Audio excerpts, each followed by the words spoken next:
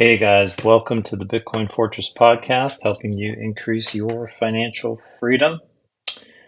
This is episode 56, recorded here on March 19th, 2023. This podcast is for entertainment only and is not investing advice, so as always, please do your own homework. Well, we got a lot to go over this week, so we will jump right in. First, with the market update, stocks and bonds yields fell Friday, capping a tumultuous week as concerns rose that turmoil rocking the banking sector will tip the global economy into a recession. Investors pulled back from positions in First Republic and other regional bank shares, making a turn from Thursday's relief bounce that followed a commitment from a group of banks for $30 billion in deposits as a sign of confidence in the banking system. Despite the down session, the S&P 500 settled 1.4% higher on the week, and the Nasdaq Composite jumped 4.4% as investors bet on tech names ahead of next week's Federal Reserve policy meeting. Friday's slide pulled the Dow Jones Industrial Average slightly negative for the week, down 0.15%. Looking ahead to next week, the headliner event of the week will be a crucial two-day meeting of the Federal Reserve's Policy-Making Committee, with some investors on a razor's edge over the potential for an unexpectedly hawkish tilt. At the time of publication, futures trading implies a 74.5% probability of a 25 basis point hike by the Fed and a 25.5% chance of no hike at all. The odds for a 50 basis point hike are now effectively off the table after being a betting favorite just a few weeks ago. Opinion is divided on the tactics the central bank should take given the recent events. Bank of America forecasts the target range will be raised appropriately by the Fed by 25 points to 4.75 to 5%, with the short-term loans offered through the Bank Term Funding Program seen as an effective backstop to more banking fallout. However, Moody's analyst Mark Zandi is firm that the Fed should not tighten policy due to higher recession risks. If they raise rates, that qualifies as a mistake, and I would call it an egregious mistake. Outside of the Fed drama, economic reports due to be pouring in include the existing home sales update on March 20th, the new home sales numbers as on March 23rd, and the durable goods orders report on March 24th. The corporate calendar features one of the biggest events of the year for NVIDIA. The chipmakers GTC conference will be closely watched across the tech sector with some discussion on AI chips anticipated. Nike will also report earnings next week with investors looking to get a beat on how demand and inventory trends are holding up for the Dow 30 stock. All right. So we'll get into the Bitcoin news, and as you can imagine, a lot of it revolves around the banking crisis, and of course, all this ties back to Bitcoin being, a port in the storm as it relates to some of the things that are happening out there, and we'll get right to it. So the first article here is from Cointelegraph, and this was just updated today. And it's entitled Credit Suisse Rescue Plan May Include Nationalization, Bondholder Losses. And so for those of you who don't know, Credit Suisse is a big Swiss bank. It's been kind of on the ropes, and last week, I guess it got a bailout for about $50 billion from the Swiss National Bank, and now they're looking to sell it to UBS, which is another too big to fail bank, and thereby effectively nationalizing it.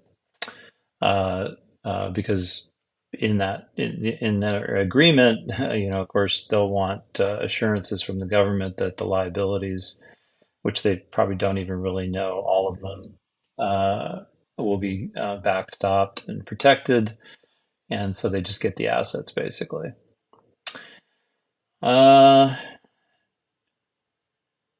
A rescue plan for Swiss banking giant Credit Suisse may impose losses on its bondholders and even result in a full or partial nationalization of Credit Suisse Group AG, multiple reports revealed on March 19th.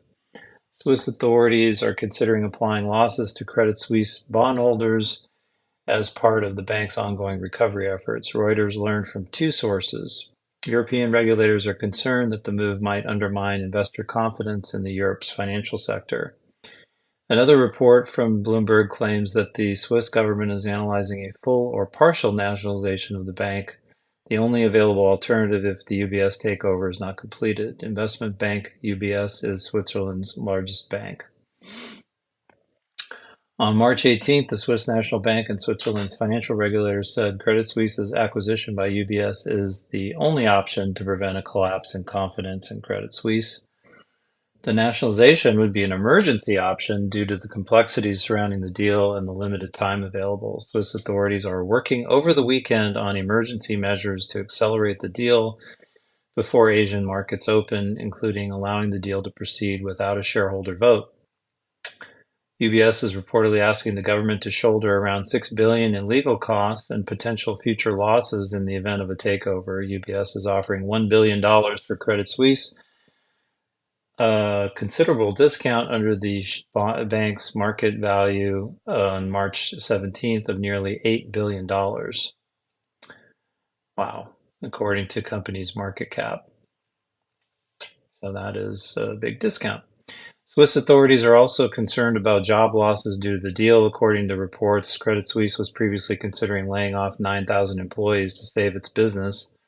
Investment company BlackRock denied on March 18th plans or interest in acquiring Credit Suisse. BlackRock is not participating in any plans to acquire all or any part of Credit Suisse and has no interest in doing so, the firm said on Twitter. So, looks like it's either a sale to UBS for nothing and with guarantees of the liabilities, or the government will just take it over, in which case I guess a lot of the employees will get to keep their jobs. But that would certainly be not good. I mean, either way, it's just not good. And so the banking crisis here in the U.S. with the regional banks jumped over the Atlantic and now is affecting Europe. And there's several other banks, obviously, in Europe that are in trouble, but this is kind of the top of the news at the moment. Moving on here now. This is also Cointelegraph. This was, I think, updated today. And this article says U.S. mid-sized banks seek FDIC insurance on, quote, all deposits for 2 years. The Mid-Sized Bank Coalition of America, or MBCA, has reportedly asked United States federal regulators to extend insurance on all deposits for the next 2 years. According to a March 18th Bloomberg report, the MBCA, a coalition of mid-sized U.S. banks, sent a letter to the U.S. Federal Deposit Insurance Corporation asserting that extending insurance on all deposits would immediately halt the exodus of deposits from smaller banks. The MBCA also reportedly noted that this action would stabilize the banking industry and significantly decrease the chances of more bank failures. The MBCA proposed that the banks themselves fund the insurance program by raising the deposit insurance assessment on lenders who opt to participate in the increased coverage. John Deaton, the founder of legal news outlet Crypto Law Lawyer, predicted in a March 19th tweet to his 250,000 followers that up to 300 banks could go under if the FDIC fails to provide some guarantee. The report revealed that even if only half of uninsured depositors decided to withdraw, almost 190 banks are at potential risk of impairment to insured depositors, with potentially $300 billion of insured depositors at risk. Meanwhile, Representative Tom Emmer, the majority whip of the United States House of Representatives, questioned reports that the FDIC is weaponizing recent instability in the banking sector to purge legal crypto activity from the U.S. in a March 15th letter to FDIC Chair Mark Gruenberg. Emmer warned that these actions are deeply inappropriate and could lead to broader financial instability. Furthermore, the U.S. Federal Reserve announced on March 13th that the Vice Chair for Supervision, Michael Barr, is leading a review of the supervision and regulation of Silicon Valley Bank in light of its failure, with the review set for public release on May 1st. So obviously the regional bank issue is not resolved.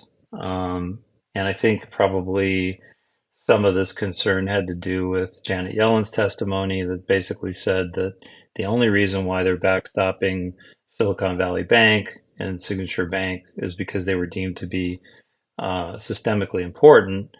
And so if you aren't considered systemically important bank, then you don't get the 100% guarantee on all deposits. It's still the 250. So that's why the regional banks are asking for that, because needless to say, depositors are still pulling their money out and sending them to the big banks, which are too big to fail. So it'll be interesting to see what the next move is here. There was also some back and forth on Twitter over the weekend that Warren Buffett was talking to the regional banks and maybe even talking to the government about some sort of a backstop. So it'll be interesting to see what gets announced on that, if anything, next week. But clearly the crisis is just getting started.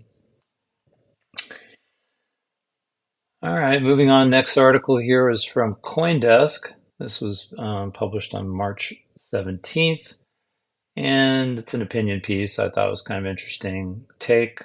This crisis will define the future of money. This is by Alex Thorne.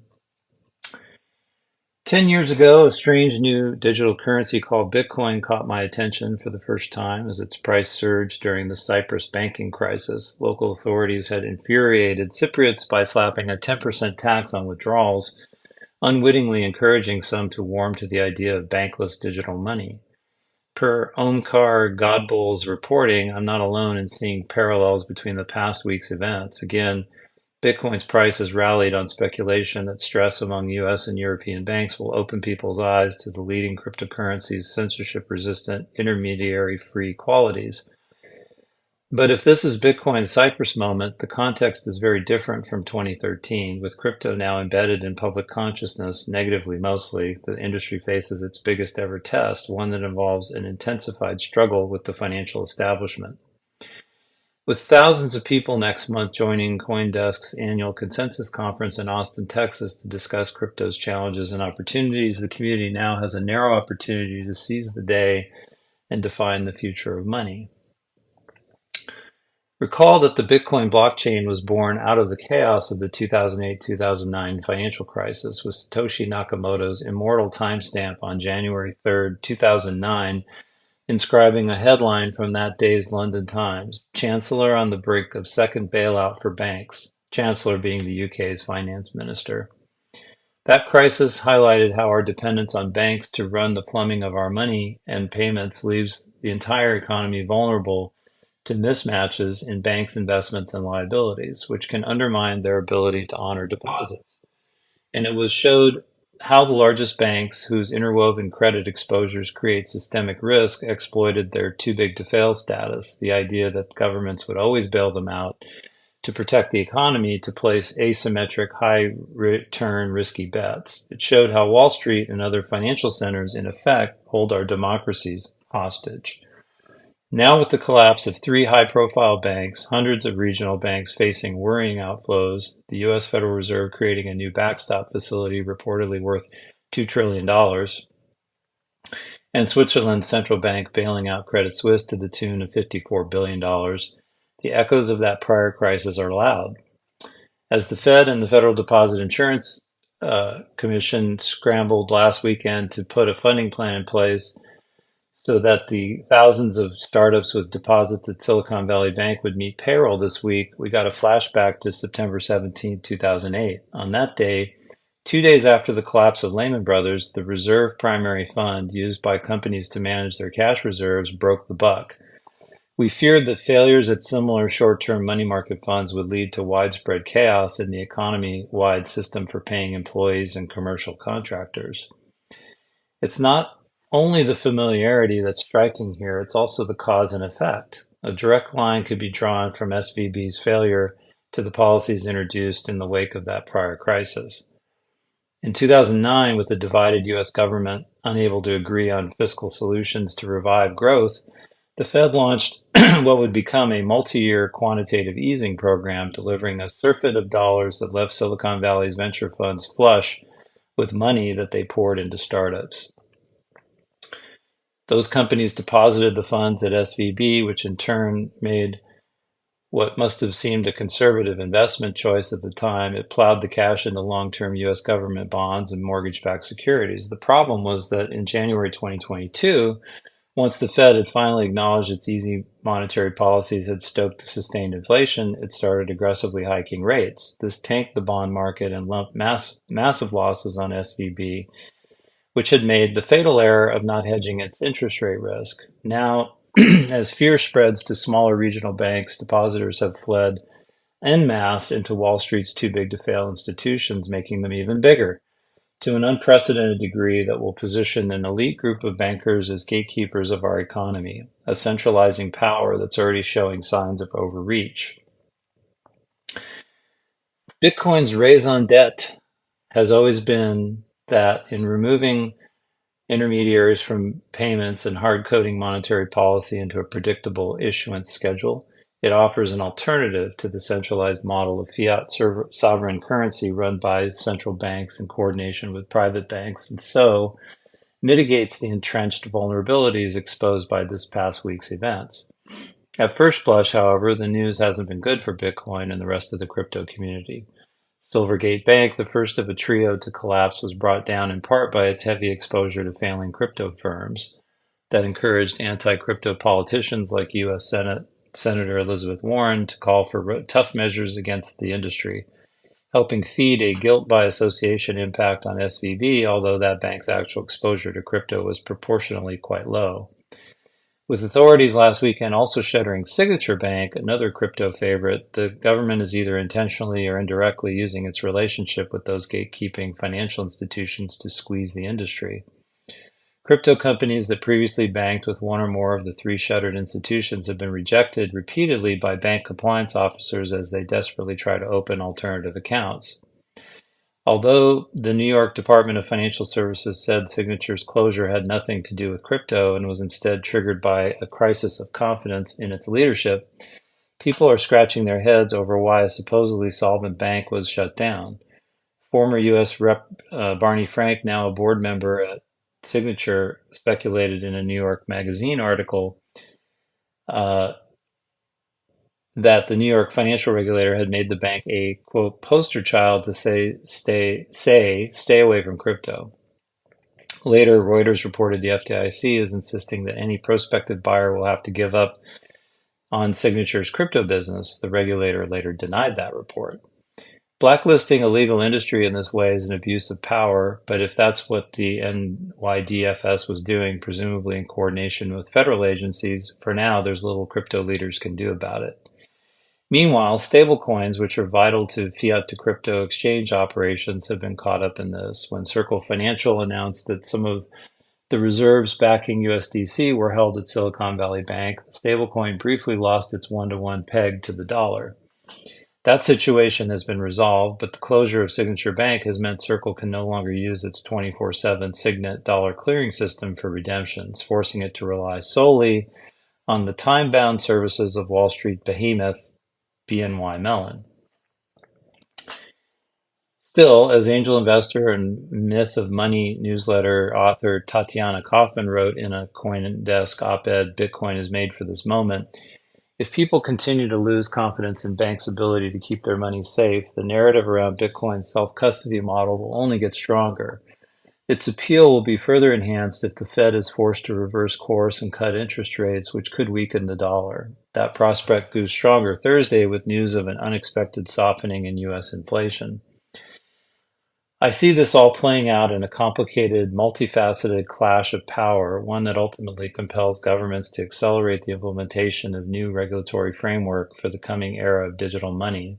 On one level, the bank failures underscore the need to divorce payments from crisis-prone fractional reserve banking, precisely the solution for which fully reserved stablecoins are designed. Given the USDC stablecoin's hiccups this past week, the argument will grow for requiring stablecoin issuers to hold banking licenses with access to the Fed's discount window rather than storing their reserves at third-party traditional banks. This is what Wyoming-based Custodia Bank applied to do, only to be rejected by the Fed last month in what seems like an especially boneheaded response. Circle 2 has long expressed a goal to become a bank. If this model is endorsed, how will the traditional banks respond? They're not going to want these new crypto players poaching their depositors, a super cheap source of financing whose departure could provoke an even bigger banking crisis. Might governments revert to direct control via central bank digital currency? With CBDCs, it's believed that the central banks can apply targeted differentiated interest rates, including negative interest rates, to incentivize people to continue storing their savings with higher paying traditional banks. Complicating things for governments, those same people could just exit their national currency altogether and put their savings in cryptocurrencies like Bitcoin. As the struggle to control the digitization of fiat money progresses, the OG digital currency will stand as a hard money alternative. Does that mean Bitcoin becomes a real competitor to sovereign currencies for payments? Not necessarily. When it's possible that developing nations facing monetary outflows amid this uncertainty will follow El Salvador's lead and declare Bitcoin legal tender, the use of existing national currencies will likely remain entrenched in larger economies. Technologically, Bitcoin still has to prove itself as a payment mechanism. Still, Bitcoin's mere presence as a competitor could pressure governments to change things up, especially as different economies, such as China's, seize a competitive advantage in monetary digitization. The countervailing force in all of this is the public perception of crypto technology, which right now is deep in negative territory following the blowups of last year. Those events left millions of retail investors with losses and stoked the impression of a community dominated by scammers and selfish bros obsessed with gaudy trappings of wealth.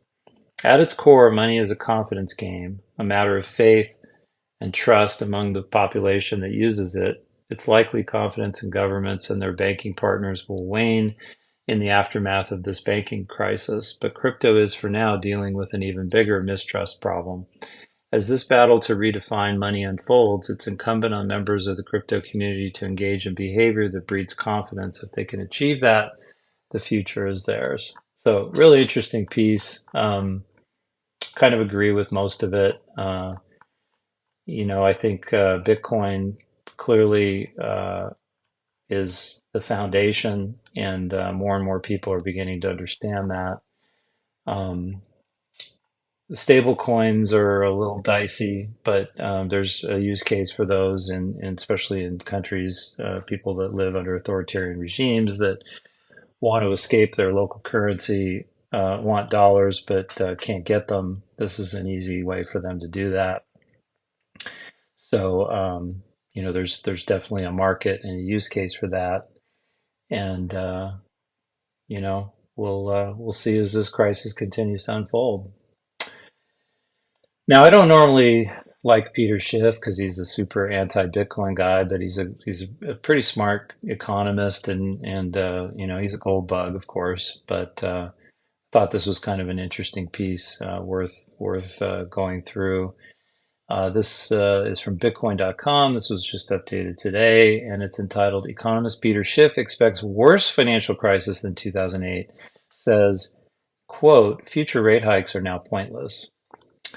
Economist and gold bug Peter Schiff shared his outlook for the U.S. economy in a series of tweets this week. He explained that when the government imposed lots of new banking regulations after the 2008 financial crisis, we were assured that what is happening right now would never happen again. However, he argued, one good reason we had the 2008 financial crisis was too much government regulation.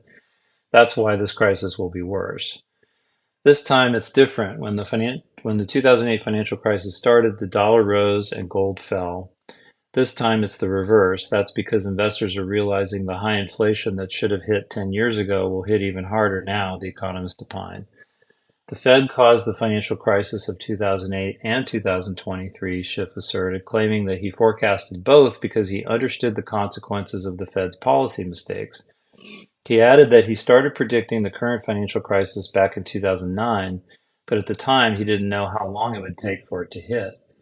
Schiff further explained that the Fed's quantitative easing is back. Last week, the Fed's balance sheet swelled by $300 billion, wiping out 4 months of QT, quantitative tightening, in 1 week. By the end of the month, the balance sheet could reach a new high. Rate hikes don't matter. Inflation is headed much higher thanks to bank bailouts, he detailed. His comment followed the Federal Reserve and the U.S. government unveiling measures to bail out Silicon Valley Bank and Signature Bank last Sunday. The Economist continued, the Fed was fighting a two-pronged war against inflation, rate hikes and QT. The Fed has now reversed fire and is doing aggressive QE. If QT was designed to lower inflation, QE will raise it. Future rate hikes are now pointless, as any effect will be more than offset by QE. And then he finishes up here, as I warned for years, the only way the Fed can come close to achieving its 2% inflation target is to allow a worse financial crisis than 2008 to run its natural course with no bailouts for banks or their customers, he conveyed. Referencing recent bailouts of major banks, he concluded, the Fed chose bailouts and surrendered the inflation fight. And he's right. Okay, this next article is kind of interesting. This is going around on Bitcoin Twitter. Some people were saying this guy was doing this for followers. Other people were saying like he actually believes this is a possibility. So it's this guy, Balaji Srinavasan, says hyperinflation happening now. Makes $1 million bets on Bitcoin price exceeding $1 million in 90 days. Venture capitalist Balaji Srinavasan believes that hyperinflation is happening now. Srinivasan is an angel investor, tech founder, and a Wall Street Journal best-selling author. He formerly served as the chief technology officer of crypto exchange Coinbase and was a general partner at venture capital firm Andreessen Horowitz. Commenting on a tweet made by former Twitter CEO Jack Dorsey on October 2021, stating that hyperinflation will happen soon and will change everything, Srinivasan tweeted Friday, Jack is right. He emphasized hyperinflation is happening now. The angel investor referenced recent government and Federal Reserve bailouts of Silicon Valley Bank and Signature Bank. The Treasury Department said last Sunday that it will make available up to $25 billion as a backstop for its new bank term funding program. He further pointed out that the Federal Reserve Bank of Minneapolis President Neil Kashkari previously said there is an infinite amount of cash at the Federal Reserve. Srinivasan explained in December last year that Bitcoin is a hedge against hyperinflation, monetary debasement, bank freezes, and wealth seizure. All true. He added, it's already proven itself in that role in places like Venezuela, Lebanon, Nigeria. In comparison, he explained that the largest cryptocurrency may eventually have a gold-like role as a hedge against standard inflation, but stressed that it takes decades to show. Believing that hyperinflation is already here, Srinivasan also urged investors to buy Bitcoin. In his tweet Friday, the venture capitalist wrote, buy Bitcoin and get your coins off exchanges. In addition, Srinivasan took a bet initiated by James Metlock, who announced on Twitter Thursday, I'll bet anyone $1 million that the U.S. does not enter hyperinflation. The former Coinbase CTO responded, I'll take that bet. You buy 1 BTC, I will send $1 million USD. This is 40 to 1 odds, as 1 BTC is worth 26K. The term is 90 days. All we need is a mutually agreed custodian who will still be there to settle this in the event of a digital dollar devaluation. In a follow-up tweet, Srinivasan detailed, I'm moving $2 million into USDC for the bet. I will do it with Medlock and one other person sufficient to prove the point. Everyone else should just go buy Bitcoin. It will be much cheaper for you than locking up one for 90 days. Several people have offered to help Medlock put up the 1 Bitcoin for the bet. Medlock subsequently tweeted, Balaji's, are you ready to do this? Srinivasan responded, yes, just moving money for the bet. We can do it via smart contract, but for simplicity, old-fashioned escrow may work. Srinivasan replied, the escrow person would need 1 BTC address and 1 ETH address for the USDC. The assets would sit on chain for 90 days.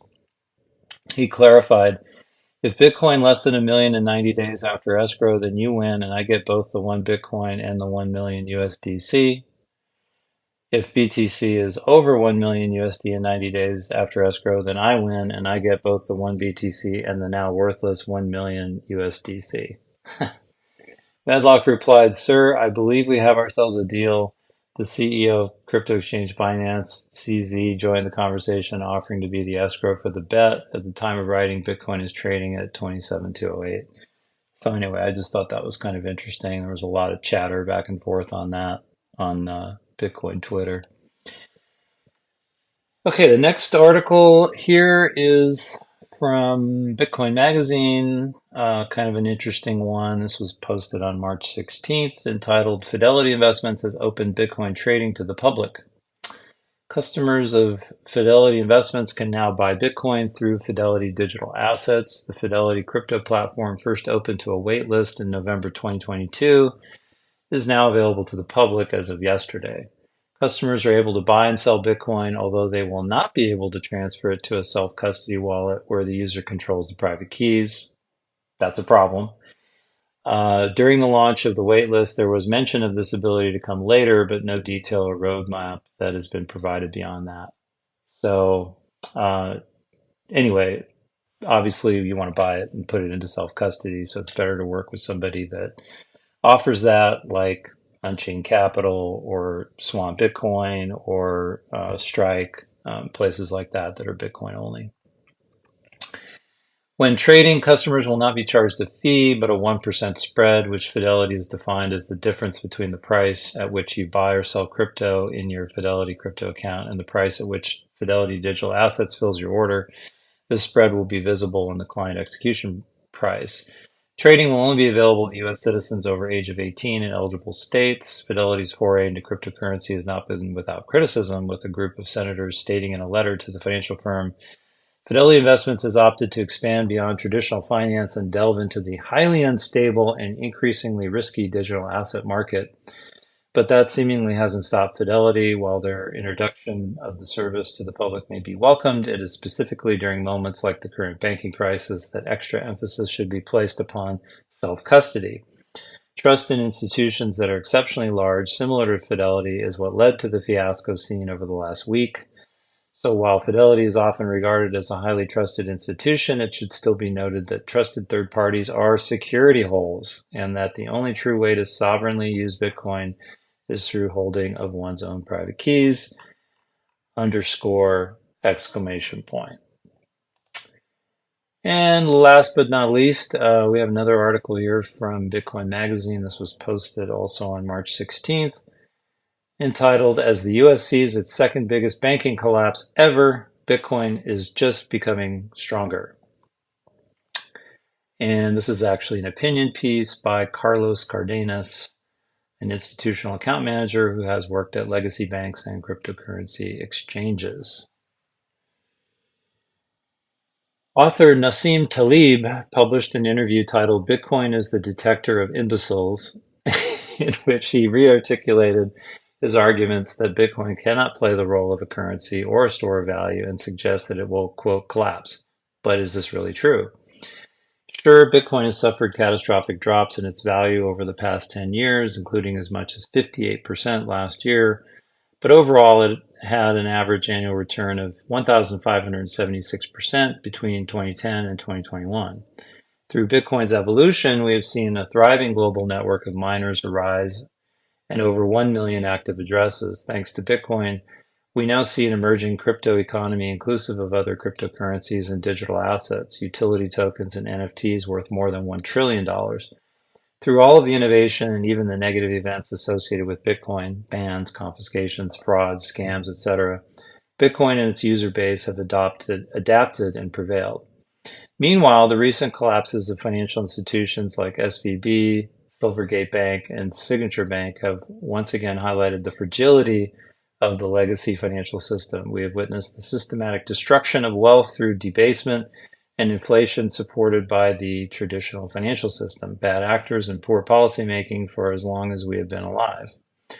If you remember 2008, 1999, or 1987, or have been paying attention today, you've been aware of all these issues for a while, yet you knew there was no real alternative until Satoshi Nakamoto created Bitcoin. The power of Bitcoin is not its price, though believe me, I would have loved to have bought some back in 2011. The power of Bitcoin is the freedom to transact in a convoluted world, its programmatic money supply, and its democratized form for adoption with relatively low barriers to entry. You can participate in the network by running a node, mining, or simply buying and selling it. Today, thanks to ordinal theory, you can now inscribe digital files on a Satoshi and remain free of censorship, achieve immutability, and enjoy a truly decentralized file storage system. This unlocks a number of opportunities for communications, artists, and collectors, and it paves the way to better Bitcoin infrastructure. This is what anti-fragility is: adaptability, resiliency, and evolution in a system subject to shocks. 14 years ago, the Bitcoin Genesis block shared a message. The Times, 3 January 2009, Chancellor on the brink of the second bailout for banks. Today, we are facing fallout from the second largest banking collapse in U.S. history. This teaches me that while we have not learned our lessons, we still have time for present and future generations to embrace Bitcoin technology and create a sounder and more efficient financial system. Despite recent financial turmoil, Bitcoin remains unscathed and has proven its utility in being more than any other investment in a portfolio, but a truly modern version of the financial system. So again, really nice piece. Couldn't agree more. Last, I just want to mention this week's Substack post, which is my monthly portfolio update. I also put some info in there around the macro environment. So I'll include a link in the show notes if you want to check it out. We'll go over it here. And that's it for this week. So thanks for listening to the podcast. If you enjoyed the show, please like and leave a comment. Also, don't forget to subscribe on your favorite podcast app so you don't miss an episode. You can also follow my Substack at bitcoinfortress.substack.com. You can follow me on Twitter at Nick Reichert. Also, don't forget, if you do listen on Fountain, you can earn sats. I think it's up to 60 a day or something, listening to your favorite podcast, which I've been doing. Really enjoy it. And if you also like my podcast there, you can support the show and send me a few sats. And I will talk to you all next week. Take care of yourselves. Bye bye.